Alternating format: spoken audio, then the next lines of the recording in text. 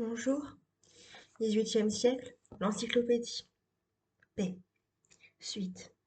Jamais les triomphes les plus éclatants ne peuvent dédommager une nation de la perte d'une multitude de ses membres que la guerre sacrifie. Ses victoires, même, lui font des plaies profondes que la paix seule peut guérir. Si la raison gouvernait les hommes, et si elle avait sur les chefs des nations l'empire qui lui est dû, on ne les verrait point se livrer inconsidérément aux fureurs de la guerre. Ils ne marqueraient point cet acharnement qui caractérise les bêtes féroces. Attentifs à conserver une tranquillité de qui dépend leur bonheur, ils ne saisiraient point toutes les occasions de troubler celles des autres. Satisfaits des biens que la nature a distribués à tous ses enfants, ils ne regarderaient point avec envie ceux qu'elle a accordés à d'autres peuples.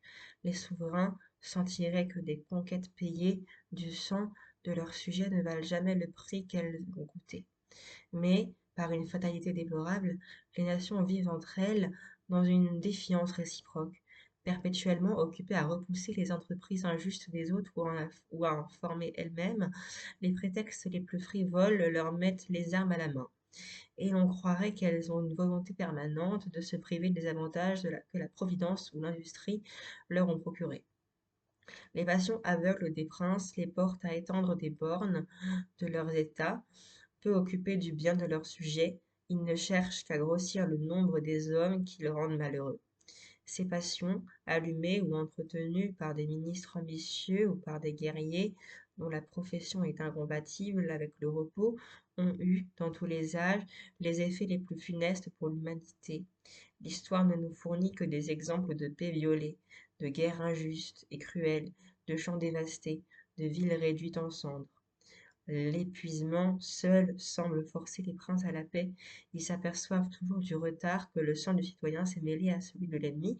Ce carnage inutile n'a servi qu'à cimenter l'édifice chimérique de la gloire du conquérant et de ses guerriers turbulents. Le bonheur de ses peuples est la première victime qui est immolée à son caprice ou aux vues intéressées de ses courtisans. Note. L'industrie, l'activité, latin industria. 3. Cendre, confère Voltaire, page 116 et page 146. Autour de l'encyclopédie. Parmi les grands écrivains, Montesquieu ne donna à l'encyclopédie qu'un article, inachevé, sur le goût. Voltaire se limita à des questions de littérature. Rousseau ne fournit que des études sur la musique et l'article d'économie politique. Buffon ne put rédiger l'article nature qu'on lui demandait.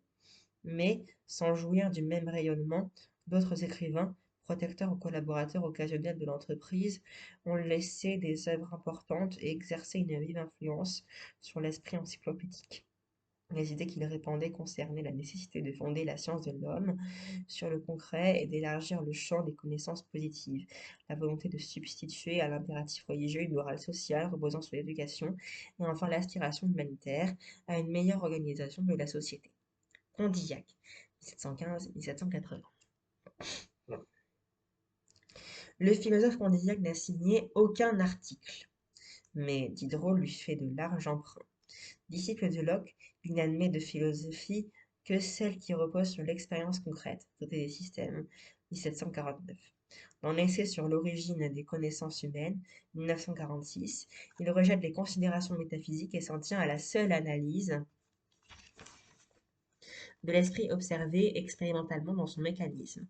Ses recherches concrètes le conduisent à l'étude de l'association des idées, qui fait de lui le précurseur de notre psychologie scientifique.